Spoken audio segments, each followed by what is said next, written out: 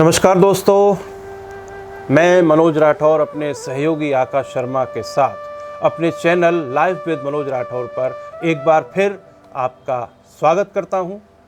हमारी series Manoj Rathore with personalities में आज हम आपकी मुलाकात करवा रहे हैं पद्मश्री आदरणीय श्री मोहन स्वरूप भाटिया जी से, जिन्हें प्यार से हम ही नहीं बल्कि सब, एक तरह से पूरा देश जिन्हें प्यार से भैया जी कहता है। और हम इस पर भी चर्चा करेंगे कि भैया जी को भैया जी का खिताब कैसे मिला, ये भी जो है कहानी है, भैया जी खुद ही हमको बताएंगे। और पद्मश्री से भैया जी हमारे सम्मानित हैं, लोकभूषण सम्मान से सम्मानित हैं, और इतने सम्मान भैया जी को मिल चुके हैं कि उन्हें बता पाना संभव नहीं है। तो आइए सीधी सीधी बात शुरू करते हैं, भैया जी से ही जानते हैं उनके बारे में। तो भैया जी जय श्री कृष्ण। जय श्री कृष्ण। और मैं अपने सहयोगी और अपने दर्शकों की तरफ से अपने चैनल पर आपका स्वागत करता हूं। और सबसे पहले तो मैं बहुत आभार प्रकट करूंगा कि आपने हमें समय दिया। वैसे तो हम आपका समय लेते ही रहते हैं हमेशा से, पर आज फिर आपने एक बार समय दिया। मेरा समय आपको समर्पित है। समर्पित है भैया जी। तो भैया जी बात यहीं से शुरू करते हैं जी। थोड़ा बीच में से हम शुरू कर रहे हैं, फिर स्टार्टिंग पॉइंट पर भी आएंगे। कि ये भैया जी का आपको खिताब, आपको पहचान कैसे मिली, कहाँ से मिली, यहीं से शुरू करते हैं बात। मथुरा में जब आकाशवाणी का केंद्र स्थापित हुआ जी। तो एक कार्यक्रम उसमें होता था, ग्राम गोष्ठी, ग्रामीण अंचल के श्रोताओं के लिए। जी। तो उसमें 3 लोगों की भूमिकाएं होती थी। जी। एक भैया जी, एक गुसाई जी, अच्छा। एक मास्टर जी। तो वो रोल जो था, जो भूमिका थी भैया जी की, अच्छा, वो मैं करता था। तो वो सारे ब्रज क्षेत्र में सुना जाता था। तो उसने मुझे इतना लोकप्रिय किया कि हर व्यक्ति भाटिया जी कहना तो भूल गया। सब कहते थे भैया जी, आओ भैया जी, और भैया जी जरा बोल तो लो, कैसा बोलो आप। अच्छा, वो रेडियो पर जैसा सुनते रेडियो थे, पर, हाँ, कि वो आप बोल के दिखाइए। हाँ। तो फिर मैं कहता था, सब सुन में वारे भैयान को राम राम। तो वो कहते राम राम जी, राम राम। तो इस प्रकार ये प्रारंभ हुआ। तो भैया जी अब शुरुआत करते हैं हम एक तरह से, ज्ञानदीप की, आपने ज्ञानदीप शिक्षा भारती की स्थापना की जी। और साथ ही साथ स्वास्थ्य रंगमंडल जी की भी आपने स्थापना की, और साथ ही ब्रज की लोक कलाओं पर बहुत बड़ा शोध भी किया और उनको प्रोत्साहित भी किया, कलाकारों को भी आगे बढ़ाया, सारी चीज़ें की। तो एक तरह से शुरुआत करते हैं कि कहाँ से आपकी रुचि इन सब चीज़ों के प्रति बढ़ी, और कैसे कैसे फिर इन सभी दिशाओं में धीरे धीरे धीरे आपने कार्य शुरू किया और फिर वो आगे बढ़ता गया। तो थोड़ा सा जो शुरुआत है आपकी, उसके बारे में ज़रा बताइए। आकाशवाणी दिल्ली से एक कार्यक्रम होता था, उसमें ब्रज के लोकगीत गाए जाते थे। वो मुझे बड़े अच्छे लगते थे। अच्छा, दिल्ली से कार्यक्रम प्रसारित? दिल्ली से जो कार्यक्रम होता था उसमें, मथुरा में उस समय आकाशवाणी केंद्र नहीं था। तो मैं उनको लिखता था। तो जब तक मैं एक लाइन लिखूं तब तक दूसरी लाइन आ जाती थी। तो मेरी रुचि उन गीतों को सुनने की ओर बढ़ी। अच्छा। और मेरा मन करता था इन गीतों को मैं लिखूं। अच्छा। तो मैंने अपने ग्रामीण क्षेत्र के जो मेरे क्लास फेलो थे, दोस्त थे, उनको मैंने कहा कि अगर हम आपके गांव आएँ तो हमको ये गीत लिखवा दोगे। अरे आओ, खूब लिखवा देंगे, गले ने लिखवा देंगे, ब्रजभाषा में उन्होंने कहा। तो उस समय गांव जाना बड़ा कठिन था, क्योंकि ना तो बस के साधन थे गांव तक, ना कोई और साधन था कि टांगा जाता हो उतनी दूर, इक्का जाता हो। और मेरे पास अपना कोई साधन था नहीं कि मोटरसाइकिल, बाइक हो, कार हो, कुछ नहीं था। तो बड़ी कठिनता से ये होता था, जैसे राया में बस स्टैंड है, तो मैं अपने मित्र को कहता था कि 9 बजे यहाँ से बस चलती है, 10 बजे पहुँचेगी, अच्छा। तुम वहाँ आ जाना, फिर तुम्हारी साइकिल के कैरियर पे बैठ के चलूँगा। और फोन भी नहीं होते थे तब? मोबाइल थे हाँ, नहीं। थे नहीं। अब 9 बजे वाली बस यहाँ चली 10 बजे, पहुँची 11 बजे, तो वो प्रतीक्षा करके चला गया या मैं लौट के आ गया। और कभी मिल भी गया वो, तो उसकी साइकिल के कैरियर पर बैठकर ऊबड़ खाबड़ रास्ते, कीचड़ भरे, गिर जाओ तो धूल में गिरो। और फिर महिलाएं गीत लिखवाती नहीं थी। अच्छा। उनके मस्तिष्क में सबसे बड़ी बात ये आती थी, कहाँ करोगे इनको, हम पे ना आवे, अच्छा। इनका क्या करोगे, हम पे कुछ नहीं आवे। तो मेरे साथ का जो मित्र था वो कहता था, अरे नानी, अरे दादी, अरे बहना, अरे भाभी, लिखाई दे इतनी दूर से आए हैं। तो वो आनाकानी करती थी। फिर मुझे कुछ गीत याद हो गए थे। अच्छा। तो मैं कहता था, ये आवे तुम पे, सामान आयो अम्मा मेरी रांगे लो जी, हाँ जी तो आवे, तो मैं जी से लिखवा दूँ। तो घूंघट की ओट में वो गीत लिखवाती थी। अच्छा। और जब ऐसी यात्राएं बहुत हुई, तो एक यात्रा का बड़ा मनोरंजक संस्मरण है। 8-10 महिलाओं का ग्रुप था, उन्होंने मुझे गीत लिखवा दिए। अच्छा। जब मैं चलने लगा तो एक वृद्धा स्त्री बड़े धीरे से अपनी साथ की महिलाओं से बोली, अरे तू जाने ना है ये शहर वाले है, दिन में जगह देख जाए, रात को डकैती डारवे आवे। अरे उन्होंने कहा फालतू में नहीं आते, डकैती डालने के लिए रात में आते। अच्छा। तो गीतों को लिखना बड़ा कठिन था। उस समय ना मोबाइल थे, ना छोटे टेप रिकॉर्डर थे, नहीं थे। बड़ा टेप रिकॉर्डर था। वो भी मैंने अपने पिताजी से खरीदवाया, इसलिए वो हमारा पूरा परिवार कहता था कि अब विवाह कर लो, अब उम्र हो गई है। तो मैंने कहा टेप रिकॉर्डर दिला दोगे तो मैं ब्याह कर लूँगा। अच्छा। हाँ तो टेप रिकॉर्डर उन्होंने दिलवा दिया, लेकिन अब गांव में बिजली नहीं। हाँ वो सही बात है। टेप रिकॉर्डर बड़ा वो लेकर बहुत, के जाना। हाँ, अब वो ट्यूबवेल पे जाके बिजली में वहाँ लगाओ।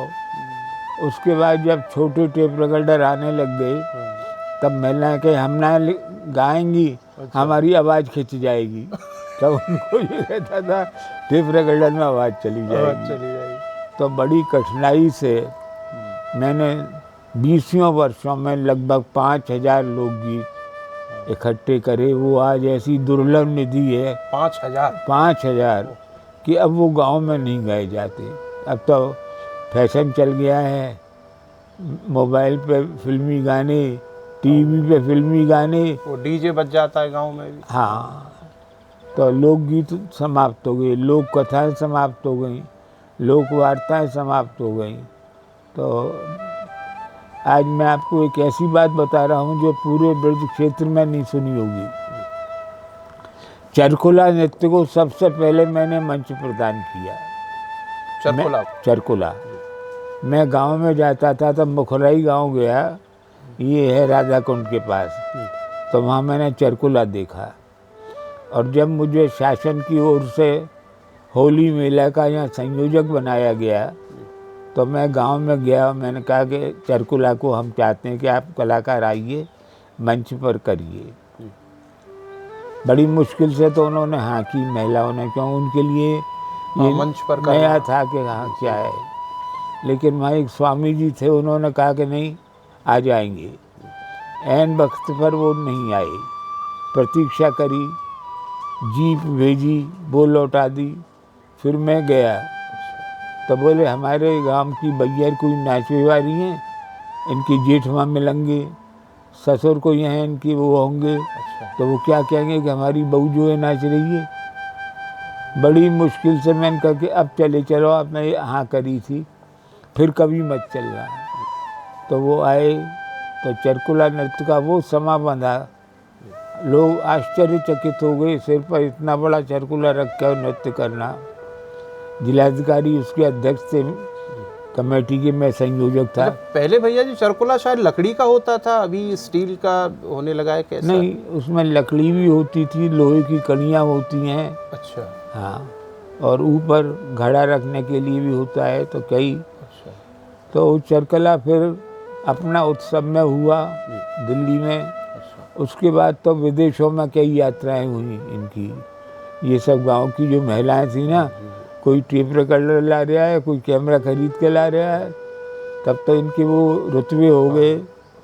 लेकिन अब मैं जो बात कहने जा रहा हूँ, वो इतना बड़ा ब्रज क्षेत्र है, उसको भी नहीं पता। ये बॉल पेन है, इसको आप दांतों में यूँ दबा कर यूँ सीधा नहीं रख सकते।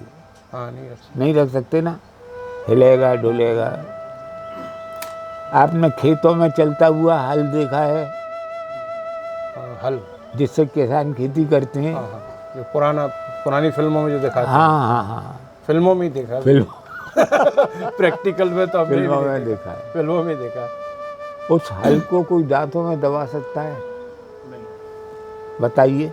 बहुत आप असंभव बॉल सी पेन तो दबा नहीं सकते हैं। संभव सी बात। अगर आपके दांत बहुत मजबूत हैं और आप में कोई कला है, आपने चलो जो कर भी लिया, तो कई हाथों से पकड़ोगे उसे।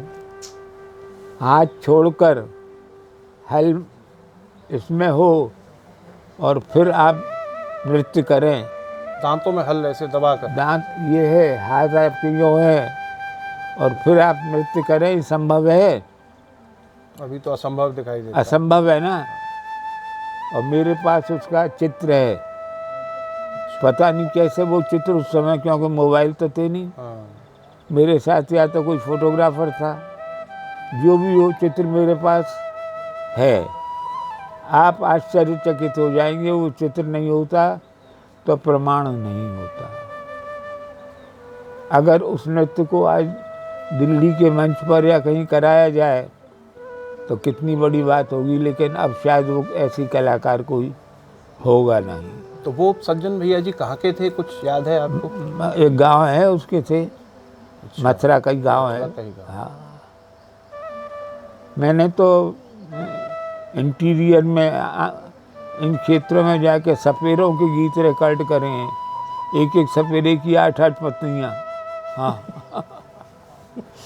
तो बहुत अनुभव गांव से मैंने लिया।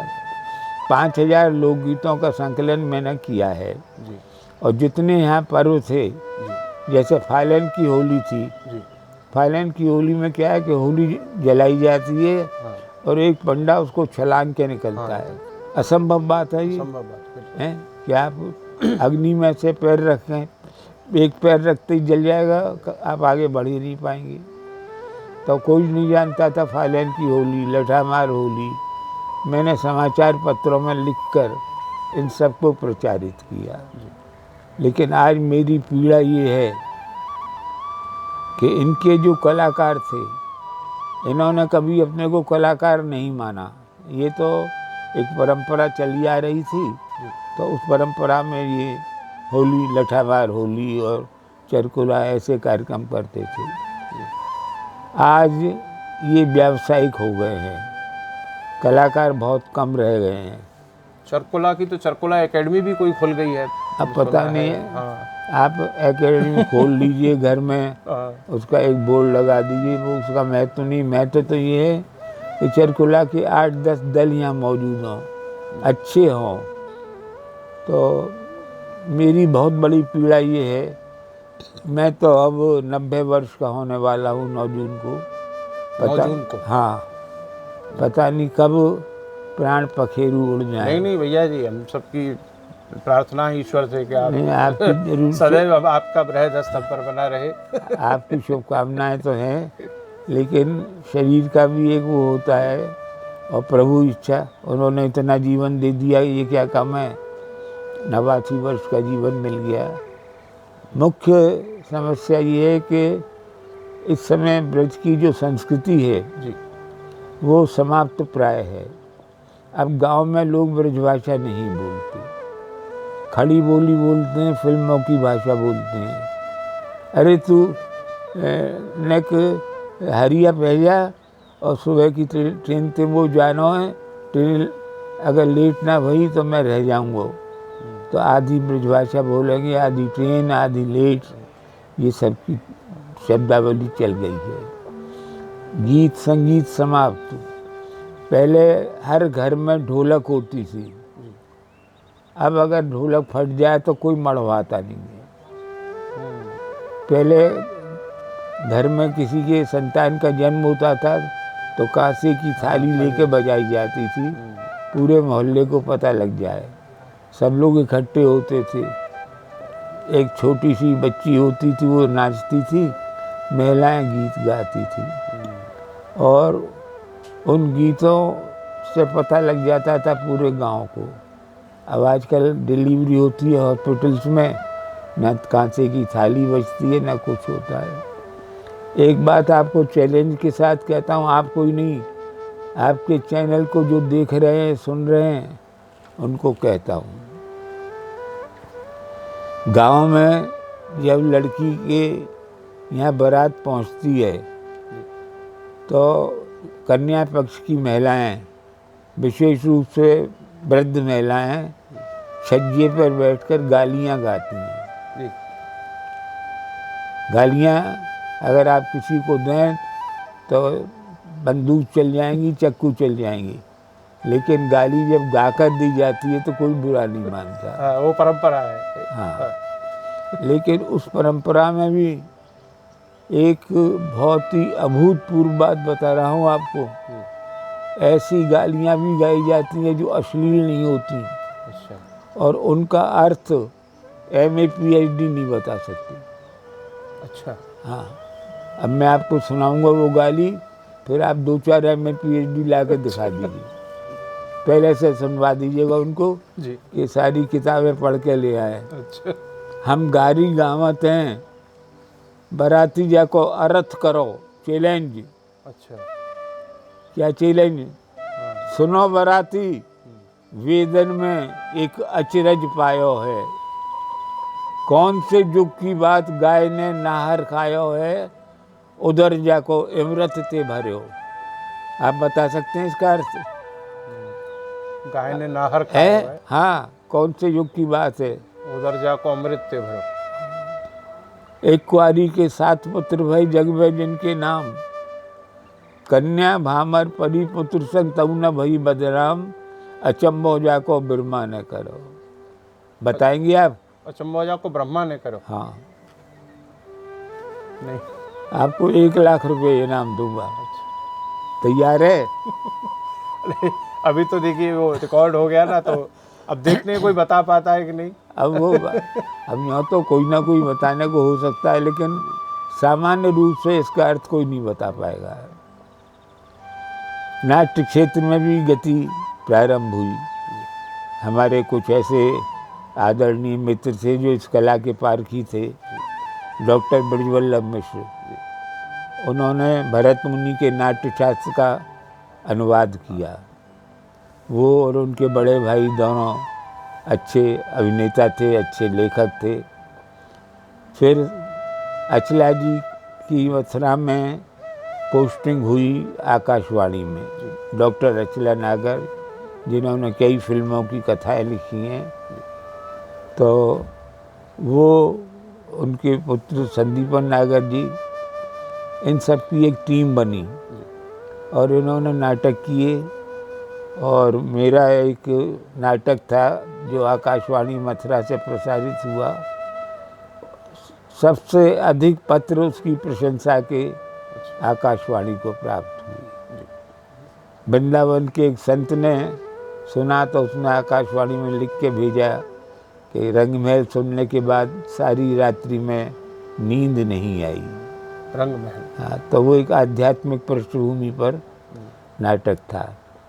और सबसे बड़ी बात उसमें ये, उस नाटक की प्रेरणा मुझे मिली एक बहुत बड़े नाटककार साहित्यकार अज्ञे जी, आपने नाम सुना हो? कक्षा 8 में मैंने उनकी पुस्तक पढ़ी थी, उसने कहा था। अच्छा। उसके कुछ अंश मुझे प्रेरक लगे। अच्छा। तो उससे नाटक में भी मैंने उनको समाहित किया। तो जब नाटक की पुस्तक मेरी छप गई तब मैंने वो पुस्तक उनको भेजी। अच्छा। जिनसे मुझे प्रेरणा मिली, अज्ञे जी को। हाँ, तो अज्ञे जी का पत्र है, छपा है पुस्तक में। कि जब नाटक पढ़ रहा था आपका तो अतीत के चिन्ह, अतीत की स्मृतियाँ जागृत हो उठी और भविष्य में कुछ लिखा तो रंग महल के नायक और नायिका मेरी प्रेरणा के स्रोत बनाई। जिनसे मैंने प्रेरणा ली उन्होंने लिख रखा। इससे तो नाट्य क्षेत्र से भी जुड़ा, शिक्षा क्षेत्र से भी जुड़ा। 1969 में एक बहुत ही साधारण रूप में कक्षा 5 तक का एक विद्यालय प्रारंभ किया, ज्ञानदीप। 1969 में, हाँ, 69। हाँ, जो आज एक बहुत विशाल क्षेत्र में, जिसमें 65 कमरे हैं, एक बहुत बड़ा सभागार है, बैडमिंटन कोर्ट है, प्लेग्राउंड है। तो ईश्वर की कृपा मानता हूँ और मेरे गुरुवर हैं परम श्रद्धेय स्वामी गुरुशरणानंद जी महाराज, उनका आशीर्वाद मानता हूँ। तो इस प्रकार जीवन चल रहा है, लेकिन अब मेरी मृत्यु बहुत निकट है। और जो सबसे ज़्यादा प्रेरणा के स्थान पर पीड़ा है, कभी प्रेरणा थी कि ब्रज क्षेत्र की जो संस्कृति है, जो साहित्य है, उसको संरक्षित नहीं रखा जा पा रहा है। मुख्यमंत्री योगी जी ने करोड़ों रुपया ब्रज को दिया है, तीर्थ विकास परिषद भी बनाया। हाँ, और साहित्य संस्कृति की प्रगति शून्य है। ऐसे ऐसे रत्न पड़े हैं ब्रज में, ब्रज भाषा में। आपको मैं चैलेंज, चुनौती देता हूँ कि आप ब्रज क्षेत्र के 5000 लोगों से पूछ लीजिए कि परसोकले जानते हो, तो वो कहेंगे नहीं, हमने तो नाम भी नहीं सुना। परसों आपने सुना है? हमने, हाँ, अरसोकला परसोकला। क्या बताइए? मतलब व्यंग करना शायद कुछ? नहीं नहीं, ऐसे नहीं, अंदाजिया नहीं कह दो। नहीं, कुछ हम ऐसा मेरे ध्यान था, जो छोटे थे तब सुना करते थे कि वो बड़ा और सोगला पर सोगला ढार रही है, ये कर रही है, वो कर रही है। तो शायद वो भी नहीं, कुछ और सुना होगा आपने। पर सोकले ये है कि एक महिला ने खीर बनाई। अच्छा। खीर पे मेवा डाली, बूरा डाला, और उसकी इच्छा थी कि पड़ोस में जो एक महिला उसकी मित्र है, उसके यहाँ ही पहुँच जाए। संयोगवश एक महिला वहाँ जा रही थी, तो उसने एक डिब्बे में खीर रखी और 12 पूड़ी रखी। अच्छा, 12 पूड़ी और खीर। और कहा कि वहाँ दे देना। रास्ते में उसको भीनी भीनी भन लगी खीर की, तो उसने कहा मैं थोड़ी बहुत खा लूँगी, तुमको क्या पता लगेगा। तो उसने खीर खाई तो मेवा बूरा हटा। अच्छा। उसने एक सा करने की कोशिश तो की, लेकिन हट तो गया ही। और 12 में से 8 पूड़ी खा गई। उस समय कोड वर्ड तो थे नहीं, कि वो मोबाइल थे नहीं कि मैं भेज रही हूँ ये है। उसने उस महिला को दे दी जिसके लिए भेजी थी। अच्छा। अब उसने देखा कि इसमें तो 12 पूड़ी की जगह 4 पूड़ी है, और ऊपर जो है ना मेवा है ना बूरा है। तो उसने लौटते में उसे जो वापस किया बर्तन, उसमें लिख दिया, चंदा की चांदनी तारा कोई कोई है। चंदा की चांदनी तो मतलब खीर, हाँ। और बूरा कोई कोई है, तारा, हाँ। तारे जो होते हैं बूरा। चंदा की चांदनी तारा कोई कोई है, तेरे तो ही 12 पूरी, मेरे 4 ही आई हैं। उसने लिख के भेज दिया। उसकी सारी पोल खुल गई। तो ब्रज की संस्कृति बहुत समृद्ध है। श्री मनोज राठौर जी, किसी का ध्यान नहीं है कि वो सुरक्षित रहे। अगर आपका ये चैनल जागृति उत्पन्न कर सके तो मैं सार्थक समझूंगा अपने समय को जो मैंने आपके लिए दिया है। तो भैया जी, कोई आपके हिसाब से, जैसे तीर्थ विकास परिषद है, तो कोई ऐसी लाइब्रेरी अगर हो जिसमें जैसे 5000 गीतों का आपने जो है पूरा संकलन आपके पास है, और भी ब्रज संस्कृति से संबंधित चीज़ें आपके पास हैं, फिर और भी कहीं हो सकती हैं, तो अगर एक लाइब्रेरी हो, चाहे वो तीर्थ विकास परिषद की हो या किसी की हो, वहाँ ये सब संरक्षित रखा जाए, ब्रज का साहित्य और ये, तो कम से कम जो स्कॉलर्स हैं वो तो अध्ययन कर लें, आम आदमी। ये तो आपकी आकांक्षा है, लेकिन करेगा कौन इसे? कर तो नहीं रही ना। यही तो सबसे बड़ी पीड़ा है कि जिन्हें ये करना चाहिए वो नहीं हो रहा। करोड़ों रुपया योगी जी ने ब्रज को दिया है। सूरदास जी की जो साधना स्थली है, सूरदास से बड़ा कोई कभी नहीं हुआ।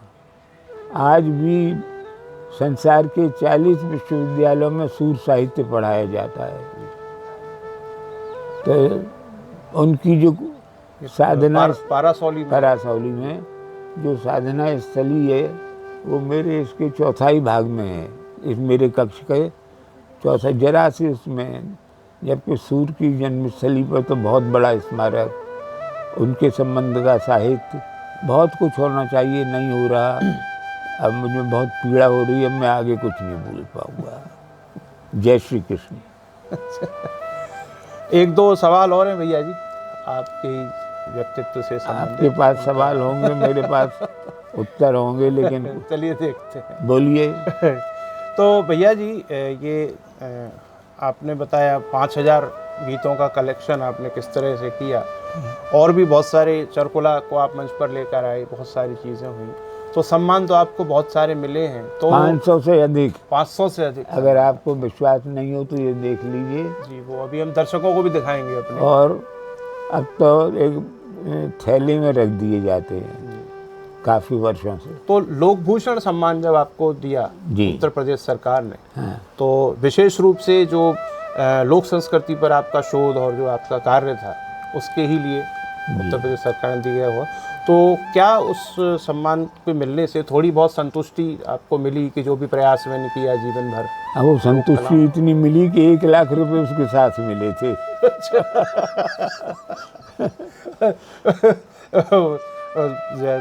ज़्यादा नहीं मिल पाई मतलब संतुष्टि? नहीं, ये सम्मान पत्र तो बहुत हैं, लेकिन कुछ कार्य उस दिशा में मालाएं मिल गई, लेकिन और कुछ नहीं। ये नाम हो गया, जितने भी कोश हैं साहित्यकारों के, उसमें एक नाम अंकित है। अच्छा, अभी पद्मश्री पर भैया जी हम सबसे आखिर में बात करेंगे जहाँ हमारी वार्ता पूर्ण होगी, क्योंकि अब पहले शुरू में ही पद्मश्री पर बात कर लेंगे तो आखिर में बात करने को कुछ नहीं बचेगा जी। तो भैया जी अब मैं चाहता हूँ कि थोड़ा सा आप स्वास्थ्य की जो स्थापना हुई और स्वास्थ्य के जो कार्य रहे नाटक के क्षेत्र में भी, अचला जी और फिर संदीपन भाई और सिद्धार्थ भाई, ये जो पूरा ब्रजेंद्र काला जी, ये जो पूरा, और आप भी उनमें से? हाँ, मैं भी इससे जुड़ा एक समय के बाद, बहुत देर से जुड़ा था मैं। तो वो सब थोड़ा सा आप किस तरह से शुरुआत हुई, और फिर एक और बहुत मज़ेदार आपका किस्सा आपने हमें सुनाया था, वो खुरचन खाने वाला, उस पर भी हम आएंगे। आपने ही सुनाया था, दर्शकों को भी सुनवाएंगे। लेकिन नाट्य क्षेत्र में मेरा तो एक सहयोग का अंश रहा है। कार्य तो किया डॉक्टर अचला नागर ने, संदीपन नागर ने, डॉक्टर ब्रजवल्लभ मिश्र ने, और बहुत से सहयोगी हैं, उनके नामों की तो संख्या बहुत हो जाएगी। मैं तो उसमें ना तो नाटक में पात्र होता था, केवल एक नाटक में हुआ था। एक नाटक किया था स्वास्थ्य के कलाकारों में, जिसमें मेरी भूमिका ये दिखाई थी कि हम इनके ज्ञानदीप में नाटक करते हैं तो ये बहुत नाराज़ होते हैं कि आपने यहाँ कील ठोक दी, यहाँ पे ये कर दिया। अच्छा, वो नाटक में दिखाया था ऐसा? हाँ। अच्छा। तो मुझसे संदीपन जी ने कहा कि ये भूमिका आपको करनी है। तो मैंने कहा भैया मेरे बस का नहीं है मंच पर आना। बोले यही बोल देना है आप जो हमसे रोज़ बोलते हो। अच्छा। तो मैं वृंदावन गया हुआ था, लौट के आया तो इनका शो शुरू होने वाला था, इन्होंने अपना वो अंश आते ही मुझे मंच पर डायरेक्ट भेज दिया। तो जीवन में केवल एक बार मंच पर आया, पर स्वास्थ्य का बहुत बड़ा योगदान है कि उन्होंने मथुरा में नाट्य चेतना जागृत की, और दुष्टों ने जितने कष्ट उनको दिए उसके कारण वो गति आगे बढ़ नहीं पाई, नहीं तो यहाँ आज बहुत बड़ी टीम तैयार होती। तो भैया जी ब्रजेंद्र काला जी का भी एक इंटरव्यू मैंने देखा, बहुत बड़ा कंट्रीब्यूशन है उनका। तो एक समय स्वास्थ्यिक बहुत अच्छी, मतलब यहाँ रंगमंच की स्थिति थी। हाँ, उसके बारे में थोड़ा सा बताइए। ब्रजेंद्र काला को भी जो प्रशिक्षण मिला वो स्वास्थ्य के माध्यम से मिला। आज वो फिल्मों में छाए हुए हैं। तो बताया कि साल में 4 नाटक, 5 नाटक, 6 नाटक हाँ ऐसे हाँ हो जाते होते थे। थे। और मथुरा से बाहर भी मंचन हुआ, दिल्ली भी हुआ, फेस्टिवल्स में भी गए और फेस्टिवल्स में गए। यहाँ भी फेस्टिवल्स कराए हाँ, प्लास्टिक हाँ, ने, हाँ। संदीपन भाई ने। तो वो उसको देख करके मेरे को पता चला कि उस टाइम पर कितना अच्छा लेवल हमारे यहाँ था नाटक का। वो उस समय नाट्य शास्त्र को जानते थे, ये नहीं कि उल्टा सीधा जो भी है बोल लिया कर दिया। अब शून्य है। थोड़ा बहुत करते रहते हैं नए बच्चे, लेकिन वो बात हाँ, नहीं लेकिन उसमें नाट्य कला नहीं है, नाटक कर देना अलग बात है। है। अभी तो आप देखने भी नहीं जा पाते हैं, पहले तो हम नहीं। आपको बुलाते रहते थे, फिर अब आपके स्वास्थ्य की वजह से हम हाँ, कहते अब हैं नहीं भैया जा जी पाता। परेशान होंगे। हाँ। पर कुछ ना कुछ ऐसा। तो भैया जी थोड़ा सा शिक्षा के विषय में बात करते हैं कि आपने ज्ञानदीप शिक्षा भारती की स्थापना की, इस स्तर तक पहुंचाया। शिक्षा में आज की स्थिति में आप कैसा महसूस करते हैं एजुकेशन सिस्टम को, और पुराने वक्त में कैसा फील करते हैं, और क्या आपको लगता है कि क्या इम्प्रूवमेंट्स की, क्या इन चीज़ों की और ज़रूरत है एजुकेशन को अच्छे लेवल पर लाने के लिए?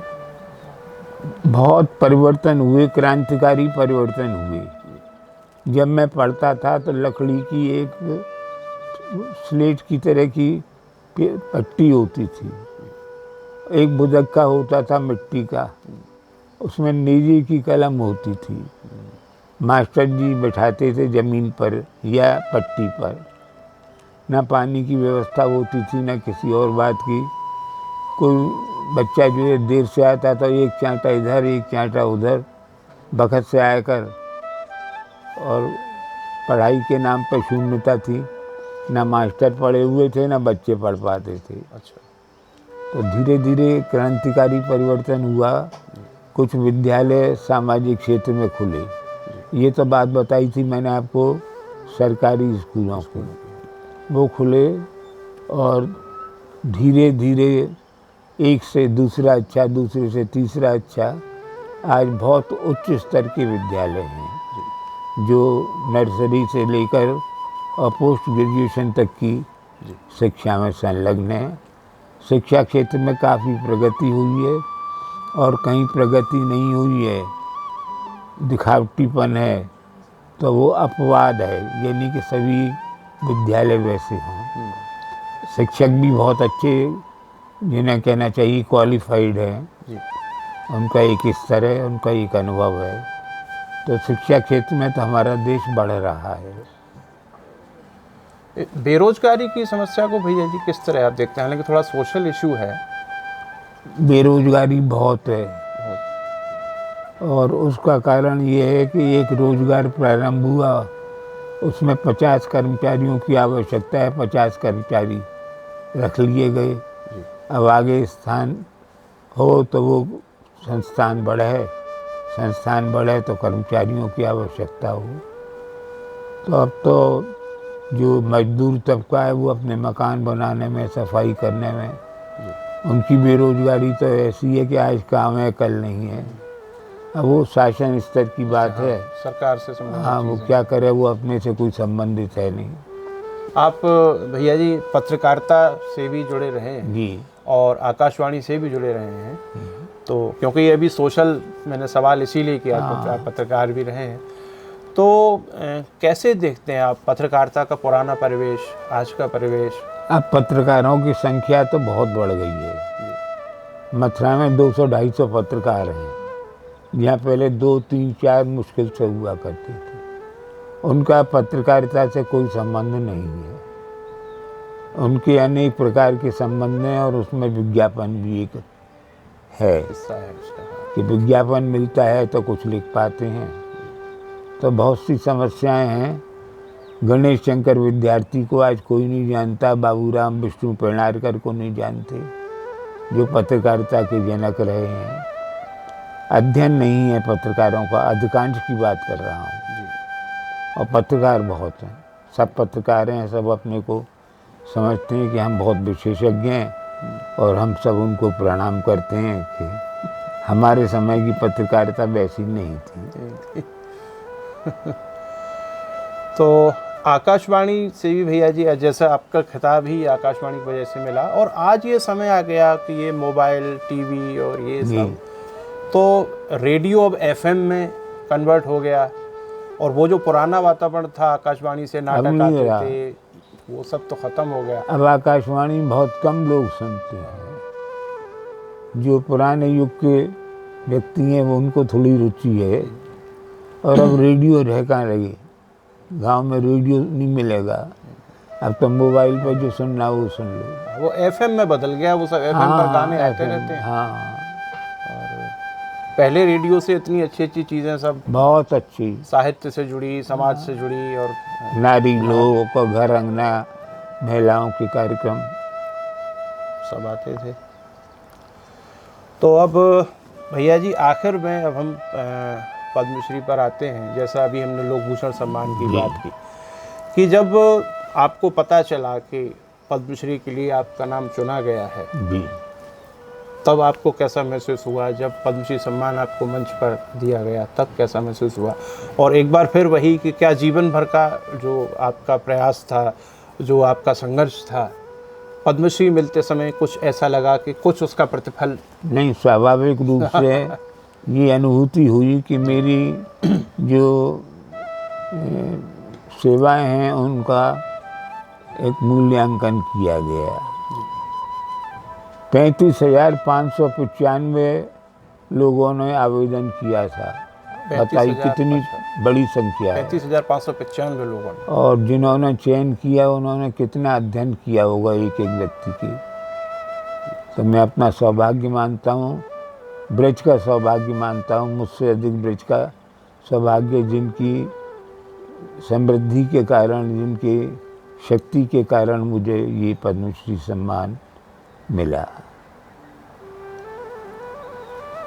तो भैया जी अब जो हमारी जैसे नई पीढ़ी है, चाहे अभी नए बच्चे नाटक कर रहे हैं, मैं थोड़ा बीच की इसी पीढ़ी में आ जाता हूँ, और चाहे वो पत्रकारिता में हैं, चाहे वो समझिए शिक्षा के क्षेत्र में ही है, अगर मान लीजिए कोई अपना नया स्कूल या कॉलेज कुछ बनाना चाहता है, तो आप अपने अनुभव से क्या उसको संदेश देना चाहेंगे, क्या मैसेज देना चाहेंगे? साधना करिए, अपना योगदान दीजिए, और आकांक्षा न करिए, उसके लिए प्रयास न करिए। उसका जो ये प्रक्रिया है कि पद्मश्री के लिए किस तरह से आवेदन किया जाता है, वो करके और शांत होकर बैठ जाइए। आपका मूल्यांकन सही हो गया और आपको पद्मश्री के लिए चयन कर लिया गया तो आपका सौभाग्य। इसमें कोई सिफारिश नहीं चलती। तो बहुत कुछ अब चीज़ें भैया जी बदल गई हैं पहले से, और संघर्ष अलग तरह का हो गया है। पहले अलग तरह का था, और अभी क्योंकि आप पत्रकारिता से भी जुड़े रहे हैं, इलेक्शन हो के चुका है, तो भाजपा की कुछ सीटें कम भी आई हैं। वो तो खैर पॉलिटिक्स में चलता रहता है, कभी जो सत्ता में है फिर दूसरी पार्टी आ जाती है, आता जाता रहता है। आप इसे किस तरह से देखते हैं, अभी का जो परिवेश है राजनीति का, एक पत्रकार के रूप में आप कैसा? राजनीति अलग विषय है, उसमें कोई मूल्य सिद्धांत तो होते नहीं। अच्छा। उसमें तो एकमात्र उद्देश्य है कि सत्ता की प्राप्ति हो। तो वो कैसे होती है, क्या होती है, मेरा विषय नहीं है, अपने पल्ले नहीं पड़ती वो बात। तो दर्शकों, बातें तो बहुत हैं, हम देखेंगे फिर किसी एपिसोड में भैया जी से फिर मिलेंगे। भैया जी वो तो रही गया बहुत इम्पोर्टेंट चीज़, हाँ, वहीं पे वो आपका खुरचन वाले किस्से पे बात खत्म करेंगे। आपने ही सुनाया था एक बार। हाँ हाँ, कुछ हल्की फुल्की बातें भी होनी चाहिए। हाँ, हास्य रस मेरा विषय नहीं रहा। अच्छा। मैं तो अपनी साहित्यिक रचनाएं लिखता रहा, साहित्य। लेकिन एक सज्जन ने मुझे कहा कि कुछ हास्य भी लिखिए, तो मैंने कुछ लेख लिखे और फिर उनको पुस्तकाकार भी प्रकाशित हुआ, हंसते चलिए के नाम से। हंसते चलिए। उसमें एक प्रसंग है खुरचन कढ़ाई वाली। अच्छा।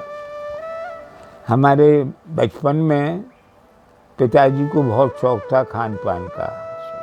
वो युग था जिसमें कि वो सुबह पार्क जाते थे, व्यायाम करते थे, व्यायाम सिखाते थे। 2 भैंसें बंधा करती थी। अच्छा। और उनका खूब तो दूध होता था। मिट्टी के चूल्हे थे, माता जी हमारी कढ़ाई में वो औटाती थी दूध, और उसके बाद जो नीचे काली काली खुरचन रह जाती थी वो हमको देती थी, उस पर डाल के चीनी बूरा, तो बहुत अच्छी लगती थी, बहुत अच्छा स्वाद आता था। बाद में मकान बदल गया तो वहाँ पर भैंस बांधने की जगह नहीं थी। अच्छा। युग भी बदल गया था, फैशन का हो गया था, तो गैस के चूल्हे पे दूध औंटने लगा, मिट्टी का चूल्हा नहीं, कढ़ाई की जगह स्टील के भगोने, तो उसमें दूध औंटता तो था लेकिन नीचे जो काली काली खुरचन है वो नहीं पड़ती थी। अच्छा, वो गैस की वजह से? हाँ, गैस की नहीं तो स्टील के बर्तन में। हाँ जी हाँ, पहले मिट्टी के बर्तन में होता हाँ, अगर कढ़ाई होती तो पड़ जाती। तो बहुत मन करता था कि ये काली काली खुरचन जो है ये हमको मिल जाए। तो कई बार रात्रि को चौक बाजार से अपने होली गेट आते थे तो रास्ते में देखते थे कि हलवाइयों की दुकान पे कढ़ाई में दूध तो बिक चुका होता था और खुरचन वो नीचे फेंक देते, कुत्ते खाया करते थे। बड़ा रश होता था कि हमको मिल जाए है। तो एक दिन रात को करीब 11:30-12 बजे थे, एक हमारा परिचित हलवाई था, परिचित क्या बड़ा भक्त था हमारा। हमने उसको देखा कि उसका जो नौकर था वो तो औंग रहा था पीछे, वो बैठा था गद्दी पे। हमने उससे कहा भाई तुम ये पेड़े बेचते? बोले हाँ बाबूजी, मैं इनकी बर्फ़ी। बोले हाँ गुलाब, अरे आप बताइए तो ये तो बताओ कौन सी चीज़ खिलाऊं, जो कहो तो खिलाऊं। तो हमने बड़े संकोच से कहा कि ये जो खुरचन तुम फेंक देते हो नीचे सड़क पर, कुत्ते खाया करते हैं, ये तो हमको दे देना, 10 रुपये किलो 20 रुपये किलो जो हो लगा लेना। वो ये सुन के नीचे उतर आया सड़क पे और उसने हमारे पैर पकड़ लिए। बोले बाबूजी आपने भी क्या छोटी सी बात कही है, अब मैं बता मोह का फर्क पड़े, जैसे कुत्तन को खवाई वैसे आपको खवाई। बस वही आपने ही सुनाया था ये किस्सा एक बार, मेरे ख्याल दर्शकों को भी सुनवाया जाए, बहुत मज़ेदार किस्सा है। तो साथियों, आज हमने मुलाकात की आदरणीय पद्मश्री मोहन स्वरूप भाटिया जी से, और भैया जी की बातचीत से भी आपको बहुत कुछ जानने को मिला होगा उनके विषय में, और हमारी क्लिपिंग भी बीच में आई होगी, उससे भी आपको जानकारी मिली होगी। और बहुत ही सहज और सरल भाव में भैया जी के साथ बात हुई, और हम कोशिश करेंगे कि एक एपिसोड में और भैया जी के साथ मुलाकात करें, लेकिन वो वक्त कब मिलता है, ठाकुर जी कब वो समय देते हैं, वो देखते हैं। भैया जी कुछ और आप हमारे दर्शकों के लिए अगर कहें? अगले क्रम में कहेंगे अगर बने रही तो बिल्कुल बिल्कुल बने रहेंगे। तो ठीक है साथियों, फिर मिलते हैं। राधे राधे, जय श्री कृष्ण। जय श्री कृष्ण।